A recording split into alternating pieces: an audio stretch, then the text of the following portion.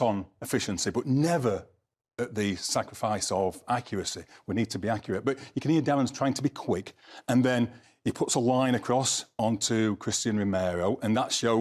The Premier League has once again found itself at the centre of heated debate after the blockbuster clash between Manchester United and Arsenal ended in controversy.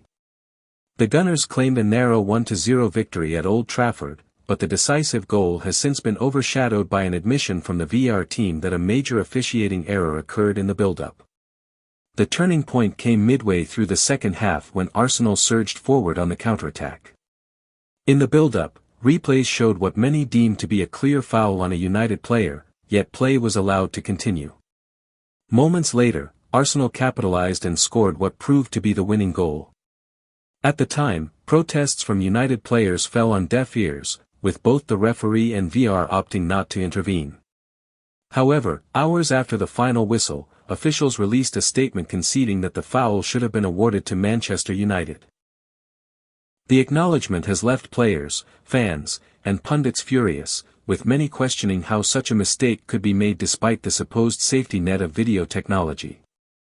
Manchester United's camp was visibly frustrated, with senior figures at the club suggesting the wrong call effectively robbed them of a fair result in one of the season's most significant fixtures. The loss not only dented their momentum but also had wider implications for the title race and top four battle.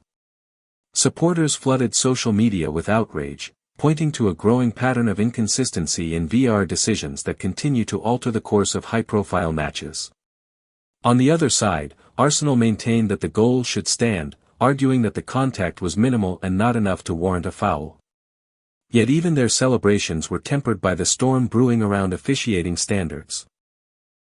The incident has reignited the long-standing debate over whether VAR is truly improving fairness or merely amplifying controversies in English football.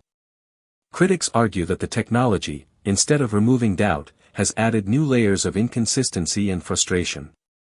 With calls growing louder for reforms, including clearer guidelines, improved referee training, and more transparency in decision-making, the Premier League finds itself under pressure to act. What should have been remembered as a hard-fought victory is now another chapter in VAR's troubled history, a night when technology failed to deliver clarity, leaving both clubs and the football world questioning the integrity of the system.